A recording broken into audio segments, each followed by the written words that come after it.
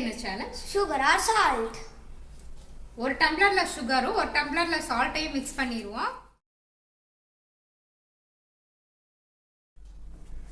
இதில் மிக்ஸ் பண்ணிட்டோம், ஒன்று சுகர் ஒன்று சால்ட்டு. ஆனால் கலர் வந்து வாட்டரை பார்த்தாலே டிஃப்ரென்ஸ் தெரியுது. அதனால நாங்கள் கண்ணை மூடிட்டு தான் டேஸ்ட் பண்ண போகிறோம்.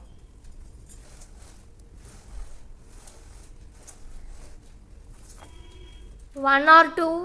ஒன். ஓகே, அப்படியே திரும்பி குடிங்க.